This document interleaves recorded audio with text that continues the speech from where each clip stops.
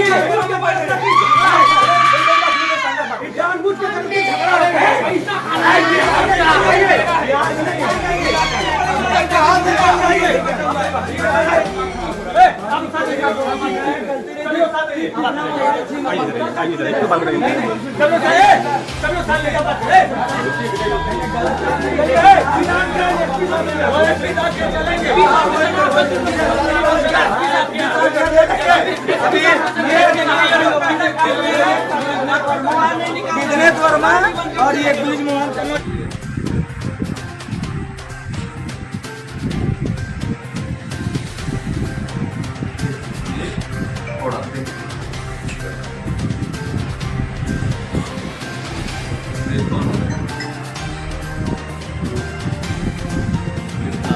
मैं विजय कुमार पांडे, हॉस्पिटल का मैनेजर। मैं तो रूम पे था, तो यहाँ पे जब यहाँ से फ़ोन गया कि नहीं आपके जो पेशेंट के साथ थे अटेंडर, वो बात विवाद कर दिए हैं। तो हम जब तक वहाँ से आए तब तक यहाँ पे मारपीट भी शुरू हो गई थी और हम समझाने की कोशिश कर रहे थे कि नहीं आप आइए, कुछ बात करें, क्या मैटर है क्या नहीं है, सारी जानकारी हो, पर वो सुनना नहीं चाह रहे थे। वो स्टाफों को भी मारे, हमारे जो जूनियर डॉक्टर हैं उनको भी मारे। जैसे जूनियर डॉक्टर को इन्फॉर्म किए, उसके दौरान ही ये लोग मारना शुरू कर दिए उनको। तो डॉक्टर इन्फॉर्म होने के बाद वो भी नहीं आया कि कहीं जब उनकी नहीं सुन रहे हैं, उनको मार रहे हैं, तो हमको भी मार सकते हैं। जब किसी को वो सुनना ही नहीं चाह रहे हैं तो आगे कोई कैसे बात करेगा।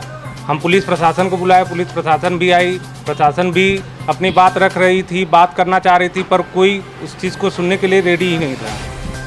वो तोड़फोड़ पे उतर आए, मारपीट पे एकदम मारपीट भी किए और हॉस्पिटल में तोड़फोड़ भी किए हर तरह से। डॉक्टर साहब, अभी डॉक्टर साहब ने कहा है कि भीड़ जो थी वो अग्रेसिव होने के पहले उन्होंने डॉक्टर साहब को इन्फॉर्म किया था, लेकिन वहाँ पे सही तरीके से कोऑपरेट नहीं किया गया। नहीं, कोऑपरेट हो रहा था, पर डॉक्टर साहब भी आ रहे थे, तब तक ये लोग हाथ उठा दिए थे जूनियर डॉक्टर को। इसीलिए डॉक्टर साहब डर के मारे, वो थे हॉस्पिटल के बगल में ही आके बैठे थे, पर डर के मारे नहीं आए कि कहीं हमको भी न मारने लगे। जब हमारे ऊपर भी धावा कर रहे थे, प्रशासन हमारे सामने खड़ी थी, इसलिए हमको कुछ नहीं कर पाए। नहीं तो डॉक्टर अभी सामने से आते, उनको मार देते, आखिर उसका कोई मतलब नहीं निकलता। इसलिए 24 तारीख से मरीज एडमिट था। क्या कंडीशन थी, किस कंडीशन उसकी बीपी लोअर साइड में थी, ठीक है, और लोअर साइड की वजह से उनको बताया गया था कि पेशेंट क्रिटिकल है, इसको अभी तक ऑब्जर्वेशन में रखा जाएगा, अगर कोई दिक्कत जैसी भी होगी वैसे आपको अवगत कराया जाएगा। तो मॉर्निंग में सुबह वो ठीक ठाक थे, फिर जब स्थिति गड़बड़ हुई है तो उनको अवगत कराया गया कि ऐसी ऐसी स्थिति है। मैं डॉक्टर को इन्फॉर्म कर दे रहा हूँ, आप जैसा डिसीजन लेना चाहें वैसा बताइए। इस दौरान हॉस्पिटल की गई है? हाँ, हॉस्पिटल में हमारे ऑफिस की भी तोड़फोड़ की गई है, कंप्यूटर 2-3 तोड़े गए हैं, स्टाफों को भी मारा गया है, हमारा जो नाइट का गार्ड है उसको भी मारा गया है, जूनियर डॉक्टर को भी मारा गया है। उनका आरोप है कि वो डॉक्टर जो है मूल रूप से जो डॉक्टर देख रहे थे सीनियर डॉक्टर, उनके ना आने से ऐसा हुआ। ऐसा कुछ नहीं है। जब डॉक्टर जब जूनियर डॉक्टर इन्फॉर्म किए हैं कि पेशेंट की कंडीशन ये है, ऐसी स्थिति है, तो वो बोले कि ठीक है मैं आता हूँ, तब तक आप ये चीज़ें करिए, मेडिसिन वगैरह बताया वहाँ से।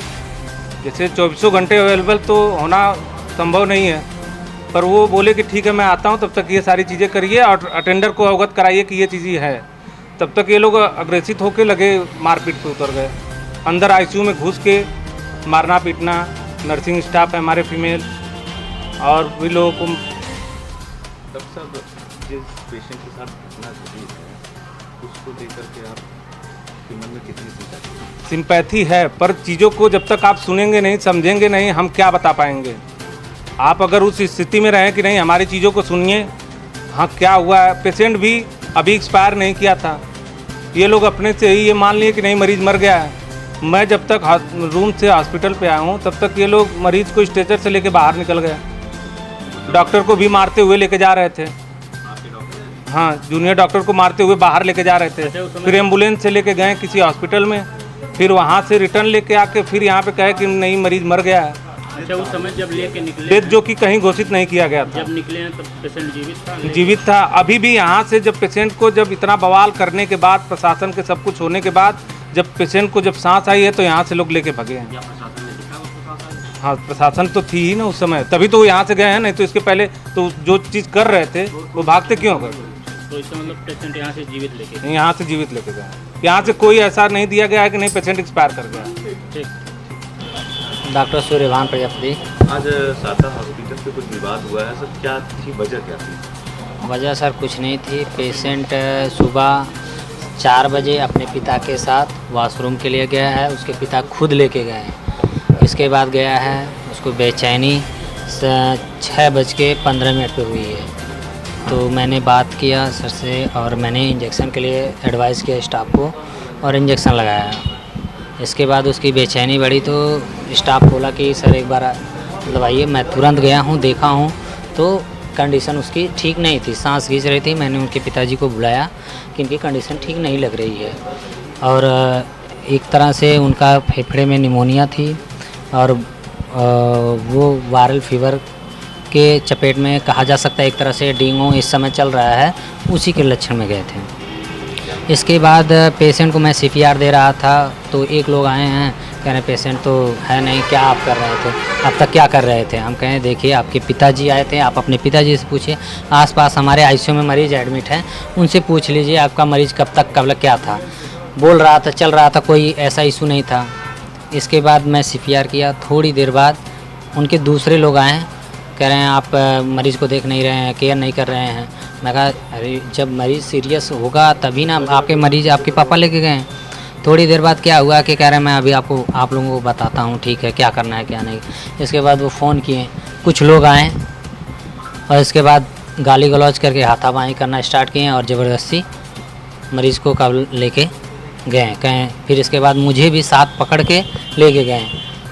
2 लोग थे, मेरे हाथ को और गर्दन पे हाथ डाल के रगड़ते हुए और मेरे इस हाथ को और पीठ पे भी 1-2 लोग हाथ लगा दिए।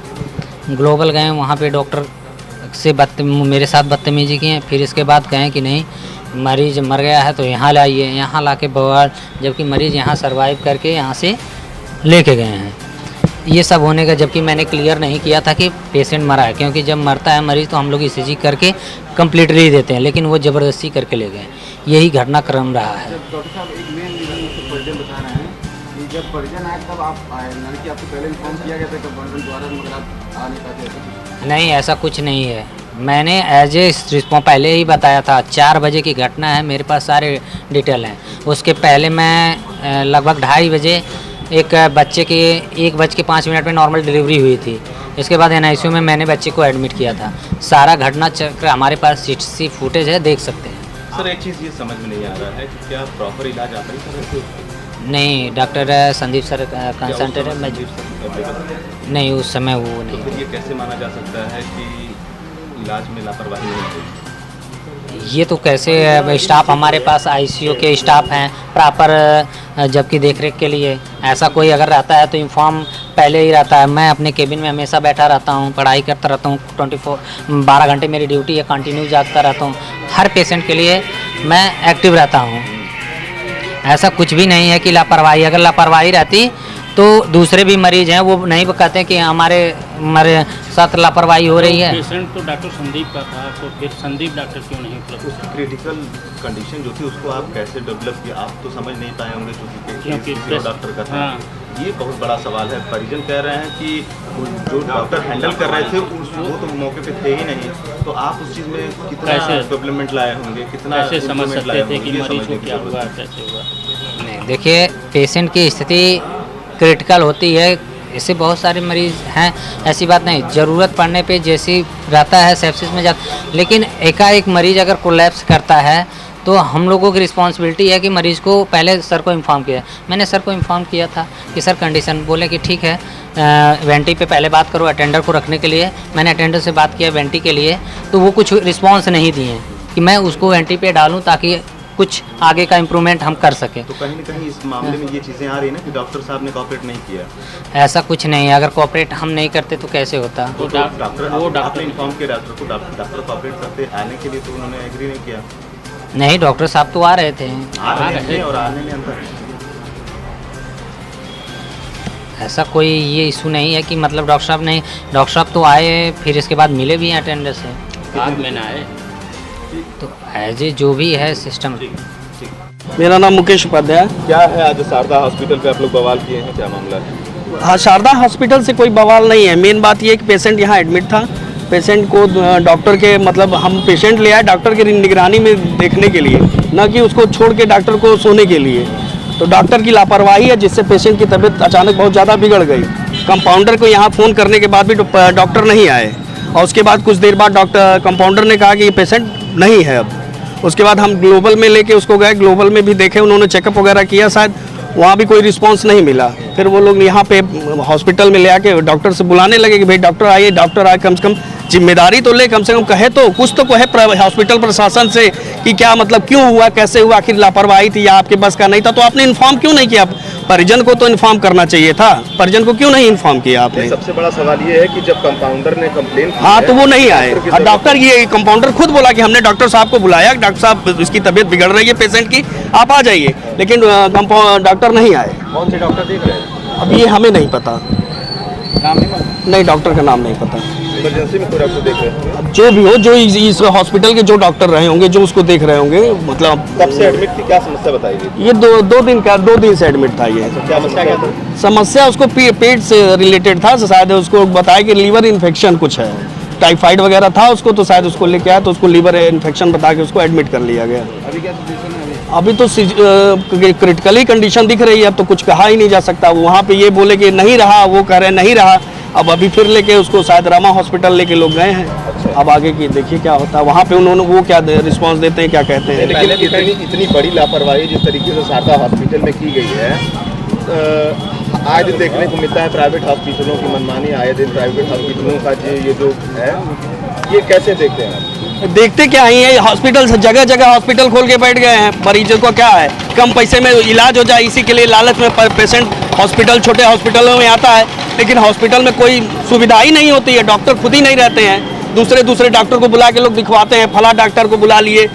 किसी और डॉक्टर को बुला लिए, किसी डॉक्टर का नाम लेना तो उचित नहीं है कि हर डॉक्टर किसी न किसी हॉस्पिटल में जाके दूसरे के हॉस्पिटल में जाके पेशेंट देखते हैं, अपना हॉस्पिटल छोड़ के जाते हैं, और वही समय पे इमरजेंसी में उस डॉक्टर को जब बुलाया जाता है तो डॉक्टर अवेलेबल नहीं हो पाते, क्योंकि उनको तो फीस बनाना है। वो बोलेंगे हम आ रहे हैं, हमको पैसा चाहिए।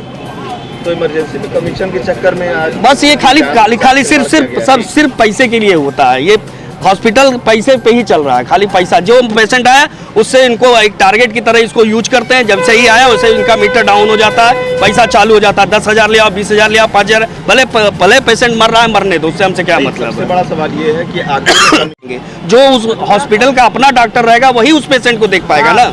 वो तो अपना टाइम फिक्स किया कि फला टाइम से फला टाइम पे उसका है कि हम इस टाइम पे देखेंगे, उसके बाद हमसे कोई मतलब नहीं। लेकिन क्यों देखेगा जब वो इमरजेंसी नहीं देख सकता है, तो फिर उसको उस हॉस्पिटल में आने का क्या अधिकार है? वो अपने हॉस्पिटल में रहे, फिर किसी हॉस्पिटल में आने की क्या जरूरत है उसको?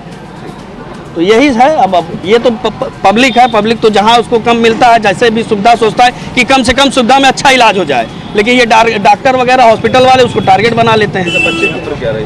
बच्चे की उम्र यही 25-26 साल है। हाँ,